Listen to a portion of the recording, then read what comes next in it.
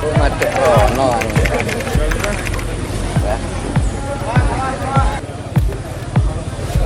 Pagi itu, ada pemandangan berbeda di Jalan Raya Desa Dadapan, Kecamatan Kendal, Kabupaten Ngawi, Jawa Timur. Warga berkerumun di tepi jalan, persis di depan tempat pembuangan sampah. Rupanya, ada penemuan mayat seorang wanita yang tersimpan di dalam sebuah koper berwarna merah. Tubuhnya tak utuh. Bagian kepala dan 2 kakinya tak ada. Aparat kepolisian Resort Ngawi yang datang ke lokasi penemuan mayat mutilasi ini langsung melakukan olah TKP. Belakangan diketahui korban bernama Uswatun Hasanah, warga Kelurahan Bence, Kecamatan Garum, Kabupaten Blitar, Jawa Timur.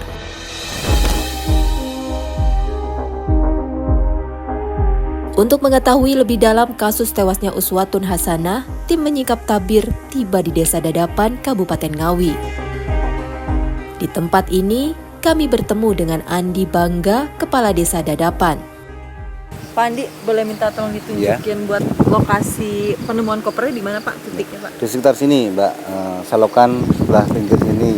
Jadi sekitar hari Kamis pukul 08 pagi ada warga desa sebelah yang mau membuang sampah. Ternyata ada paket misterius tersebut.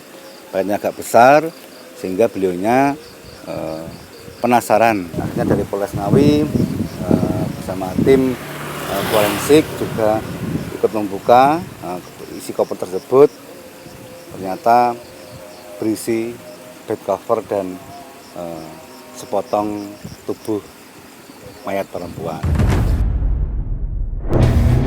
Terus, loh, kau sama tuh. 3 hari setelah penemuan mayat, polisi meringkus seorang pria yang telah menghabisi nyawa dan memutilasi Uswatun Hasanah di wilayah Madiun.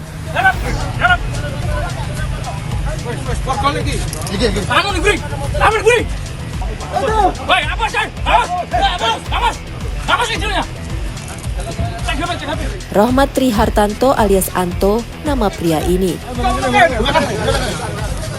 Terakhir kita dapat informasi di Tulungagung dia mengarah ke Ponorogo, kita kejar ke Ponorogo. Dari Ponorogo dia rencana ke informasinya ke Surabaya. Kita lakukan pembuntutan lewat Madiun sebelum masuk tol di perempatan lampu merah tersebut kita lakukan penangkapan. Dia langsung cerita semuanya terkait koper merah itu. Dan yang kita tanyakan sisa tubuh yang lain, langsung dia cerita. Ada di Ponorogo, ada di Trenggalek. Malam itu juga kita lakukan pencarian. Keterlibatan Anto dalam kasus mutilasi ini diperkuat dengan ditemukannya sejumlah rekaman CCTV dan struk pembelian barang di sebuah minimarket. Dari TKP kita melakukan penyelidikan, ditemukan satu buah slip pembelian di salah satu retail modern di wilayah Ngawi. Kemudian kita cek ke retail tersebut dan kita cek CCTV-nya pada jam dan hari yang ada di pembelian struk itu. Ditemukanlah ada seseorang yang membeli beberapa alat ataupun yang diperlukan.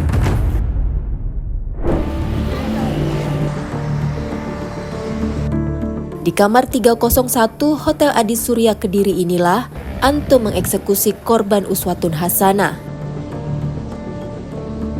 Dengan keji, Anto memutilasi tubuh Uswatun menjadi 4 bagian dengan menggunakan pisau buah yang dibelinya di minimarket. Dari jam 23 sampai jam 2 pagi itu dia melakukan aksinya mutilasi itu. Mutilasi. Selesai jam 3.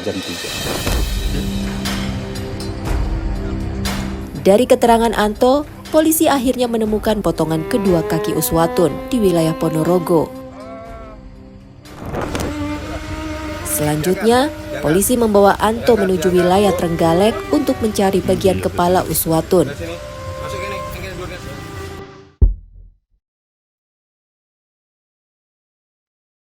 Peristiwa pembunuhan ini bermula saat Uswatun bertemu dengan Anto di Terminal Gayatri Tulung Agung pada Minggu sore. Sebelum menyewa kamar hotel, keduanya lebih dulu masuk ke sebuah rumah makan. Sepertinya mereka baik-baik saja, tidak nampak pertengkaran di antara keduanya.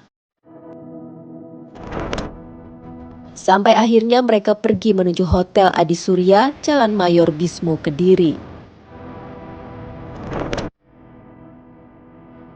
Pada rekaman CCTV berikutnya, Anto membeli sejumlah barang di sebuah minimarket.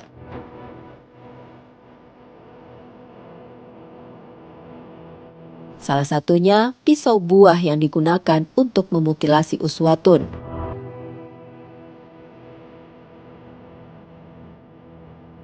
Saat itu kondisi Uswatun sudah tewas di dalam kamar hotel.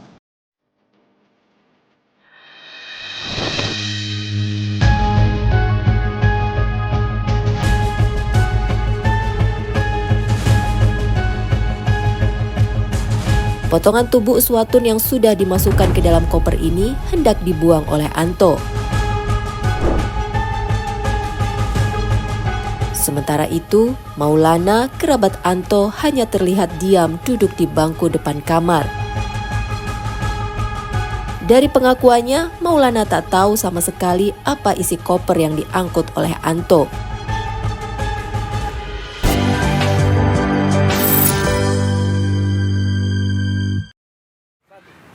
Rohmat Trihartanto alias Anto yang telah memutilasi Uswatun Hasanah diringkus di wilayah Madiun, Jawa Timur. Rupanya setelah membuang potongan tubuh Uswatun, Anto sempat pulang ke rumah dan bersikap biasa saja di depan anak dan istrinya. Pengakuan Anto ini disampaikan secara eksklusif kepada tim menyingkap tabir.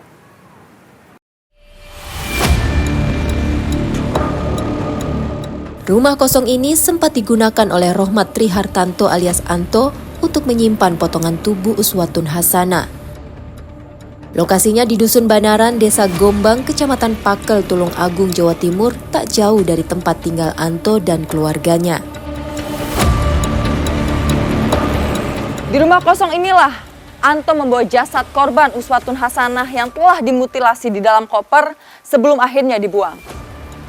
Anto membawa jasad dalam koper tersebut lantaran bingung hendak dibuang kemana jasad korban. Menurut informasi yang kami dapat, rumah ini ternyata milik mendiang nenek Anto. Setelah disimpan di rumah kosong ini, barulah Anto membuang potongan tubuh Uswatun ke 3 lokasi.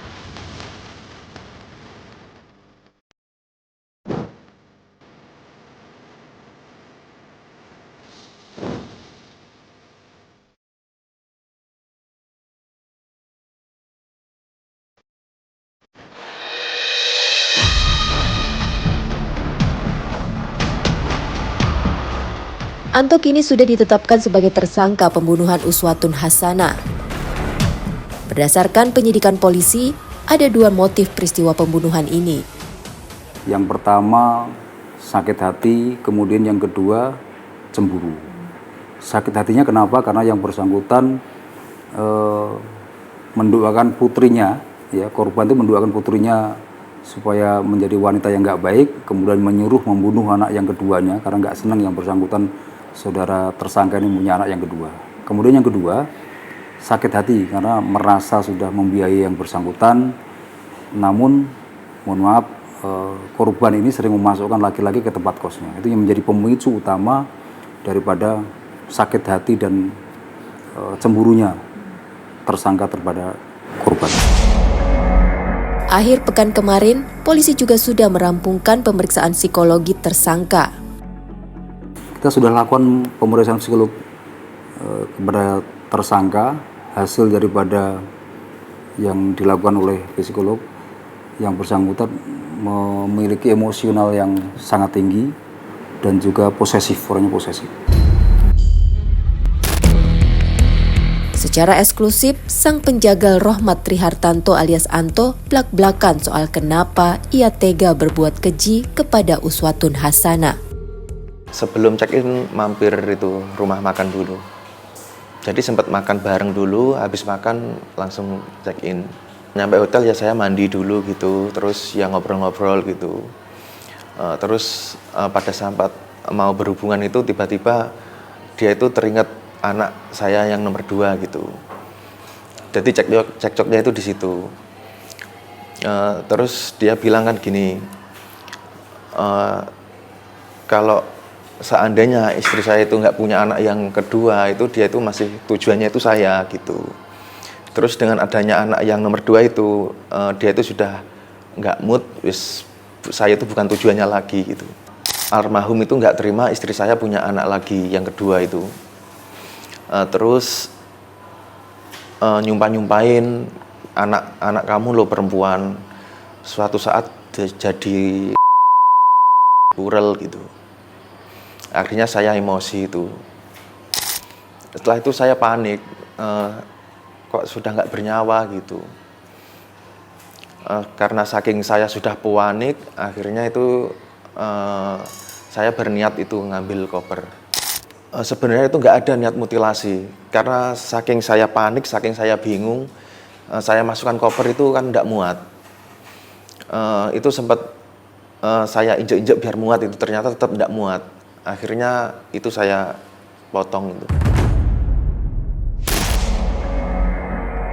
Dalam keadaan terpotong 4 bagian, Anto kemudian membuang tubuh korban. Saya buang potongan badan itu pertama koper dulu saya buang di dadapan dekat pembuangan sampah. Habis itu arah pulang saya buang kaki itu di daerah Sampung, Ponorogo. Itu sebenarnya sudah sama kepalanya itu mau aku buang. Cuman saya lempar dari dalam mobil itu ternyata kena jendela, jadi mantul lagi. Kepalanya itu nggak ikut kebuang. Mau saya buang, akhirnya ini dari belakang kayak ada mobil gitu, ada lampu. Akhirnya saya panik, gugup, dari takut ketahuan kan, saya langsung tancap gas pulang gitu. Terus kepalanya itu sempat nginep 1 malam di dalam mobil. Akhirnya saya buang besoknya itu di daerah Watulimo. Habis itu ya saya pulang lagi. Nah ini pas pulang Mas ke rumah, Iya. Mas kan ada anak gitu, ada anak istri gitu Iya. Mas. Ngelihatnya gimana itu Mas? Ya karena saya seolah-olah biasa gitu. Jadi seolah-olah nggak terjadi apa-apa gitu. Jadi saya tutupin dari anak istri gitu. Dan inilah jawaban Anto ketika kami tanya soal peran Maulana, kerabatnya yang terlihat duduk di depan kamar hotel. Itu saya suruh cuman buat nyupirin gitu. Soalnya kan bolak-balik Tulungagung Kediri saya capek. Terus saya telepon kerabat itu, saya tanya posisi di mana gitu. Dia bilang di rumah. Akhirnya saya langsung nyamperin ke rumahnya, terus saya minta tolong disopiri gitu. Buat keluarga almarhum saya minta maaf. Saya kilap, saya salah. Saya minta maaf. Terus buat keluarga saya, anak istri saya di rumah, buat ibu saya juga minta maaf. Hanya karena tak bisa menahan emosi, kini Anto sengsara. Menjalani hidup dari balik jeruji besi penjara dalam waktu yang cukup lama.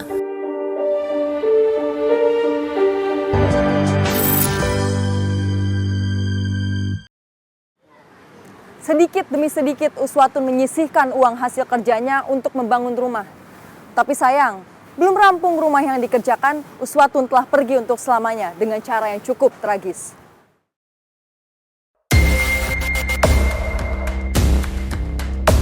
Uswatun Hasanah, janda beranak 2 ini bekerja sebagai sales kosmetik di wilayah Tulungagung, Jawa Timur. Oleh rekan kerjanya, Uswatun dikenal sebagai sosok yang sangat baik. Hari ini kami sudah membuat janji dengan salah satu teman korban untuk mengetahui seperti apa korban di mata temannya dan juga seperti apa sosok korban di lingkungan pekerjaannya.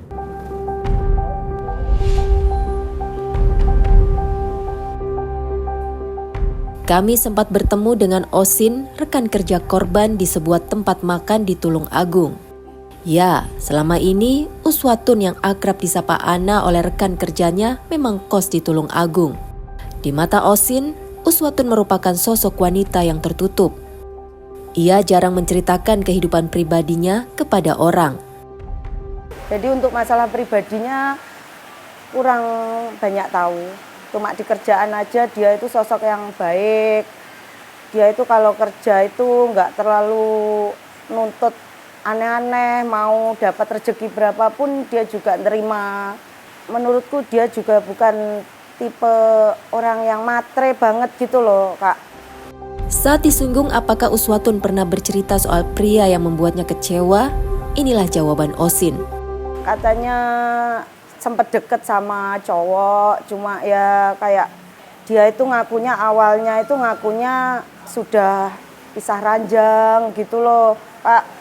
Terus tiba-tiba malah denger katanya istrinya hamil kayak gitu, itu dia pernah bercerita. Itu kalau sosoknya itu aku enggak pernah tahu siapa yang dia ceritakan, yang dia maksud itu saya enggak tahu. Osin pun tak menyangka jika sahabatnya itu tewas dengan cara yang cukup tragis. Ana dibunuh gitu. Mikirku Ana yang mana gitu loh. Kan temen yang namanya Ana banyak. Terus yang kerja sama kamu itu, wah itu langsung kayak nggak percaya gitu loh Kak aku. Penelusuran kami berakhir di Kecamatan Garum, Kabupaten Blitar. Kami bertemu keluarga Uswatun di sini. Sulatemi, ibu kandung Uswatun, sempat berkisah kepada kami soal pribadi anak sulungnya itu. Insya Allah dia itu orangnya baik gitu. Setiap sama teman atau gimana gitu nggak pernah nyusahin gitu, nggak pernah bikin nangis atau gimana gitu, selalu bikin senyum gitu loh. Sulatemi terakhir bertemu sang anak pada Sabtu 18 Januari 2025 lalu. Saat itu, Uswatun hendak membayar ongkos kuli yang sedang membangun tempat tinggalnya. Terakhir ketemu waktu cuti pulang itu, waktu mau bayar kuli gitu. Itu kan ketemu juga di pasar. Jadi ya terakhir itu. Saat mendapat kabar buruk yang menimpa Uswatun, kebetulan Sulatemi sedang sakit. Waktu itu pas rejeb gitu, jadi di musola anak saya sama suami saya tidur. Kemudian tiba-tiba Mbak Ananya datang gitu, Bu, ada polisi nyari Bu gitu. Terus diceritakan kronologinya gitu. Terus polisinya bilang kalau memang yakin besok pagi ibu bisa ke Polres Ngawi gitu. Temennya itu memang bilang ada sandal, ada terus tindik itu kan memang anak saya kan punya tindik gitu. Nah itu kan dari cilik kulit katanya banyak bulunya kan anak saya kulitannya memang bersih gitu. Ada bulunya juga di tangan ataupun di kaki gitu. Sulatemi pun mengaku jika dirinya kenal dengan Anto, orang yang telah menghabisi nyawa anaknya. Kalau sama pelaku saya kenal, ya pernah diajak main lah. Tapi kan saya nggak tahu orangnya gimana gitu. Tapi di depan itu kayaknya baik, orangnya baik. Saya juga nggak nyangka kalau dia gitu. Ini adalah istana impian Uswatun Hasanah yang belum rampung dikerjakan. Angan-angannya ke depan rumah ini bisa menjadi tempat yang nyaman untuk berkumpul ia dan anak-anaknya. Namun sayang, semua angan-angan itu sirna. Uswatun tak bisa lagi menikmati hasil jerih payahnya.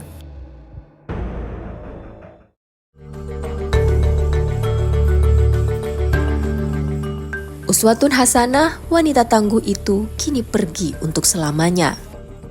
Perjuangan Uswatun untuk mengobati sakit sang ibu dan membesarkan kedua anaknya sudah berakhir.